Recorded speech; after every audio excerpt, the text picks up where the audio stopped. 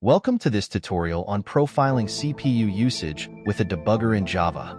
Today, we will learn how to effectively analyze and optimize CPU performance in our Java applications. Profiling is a crucial part of debugging, helping us to identify bottlenecks in our code and ensure efficient execution. Before we dive into the coding part, let's briefly understand what profiling is. Profiling is the process of measuring the space, memory, or time complexity of an algorithm, and in our case, we focus on analyzing CPU usage. By understanding how our code is executed on the CPU, we can make informed decisions to optimize performance. We'll be using the Java Visual VM tool, which is bundled with the JDK and provides powerful capabilities to profile your Java applications. Before we get started with the demo, make sure you have the JDK installed and set up on your system. Now, let's create a sample Java application that we will use for profiling. This application will simulate a CPU-intensive task to help us visualize how profiling works. Let's create a class called CPU-intensive task. In this code, we have a simple method that performs a heavy computation, the summation of the first 1 billion integers. This should give us a noticeable load on the CPU when we run it. Next, let's compile and run this program. Type the following commands in your terminal. After running the program, you should see a message indicating the calculated sum. Now that we have a CPU-intensive task ready, let's open Java Visual VM to profile this application. To open Java Visual VM, navigate to your JDK bin directory and run the command visual. You should see an interface that lists the currently running Java applications.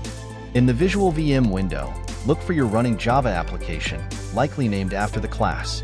Click on it to open its profiling interface. Once the application is selected, navigate to the Sampler tab.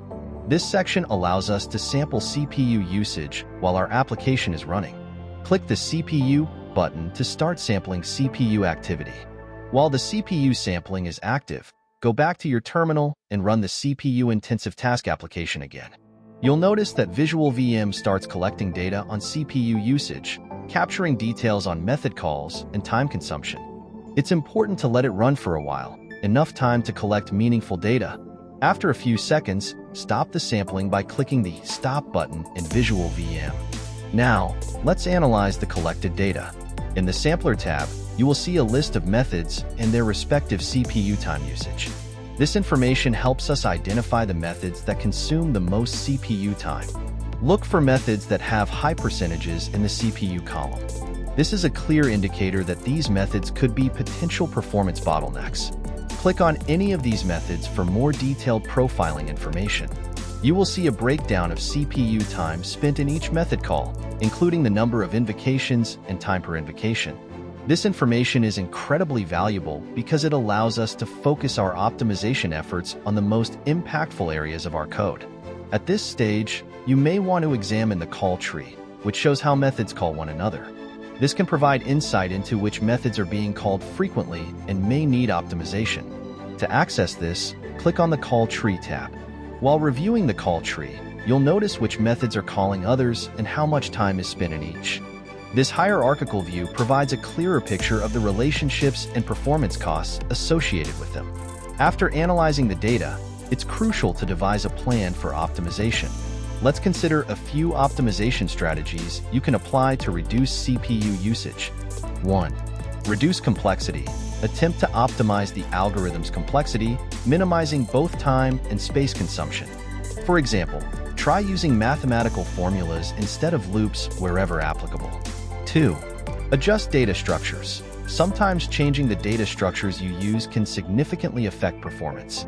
For example, using a hash map instead of a list for lookups. 3. Concurrency. If your tasks can be parallelized, consider using Java's concurrency libraries to offload work to multiple threads. Now, let's implement one quick optimization in our example code by reducing the loop's complexity through a mathematical formula instead of summing through recursion. This implementation uses the formula for the sum of the first n natural numbers, effectively reducing the required calculations significantly. Let's compile and run this new computation method just to see the performance difference. With our optimized computation method, you should now see that the execution has become substantially faster. Make sure to rerun the CPU profiling in Visual VM to confirm that the CPU time has decreased. Remember that optimization is an iterative process. Always profile and analyze before and after changes to gauge the effectiveness of your optimization efforts. As you continue to work with more complex applications, maintaining an understanding of your application's CPU usage patterns will allow you to write more efficient, high-performance Java code.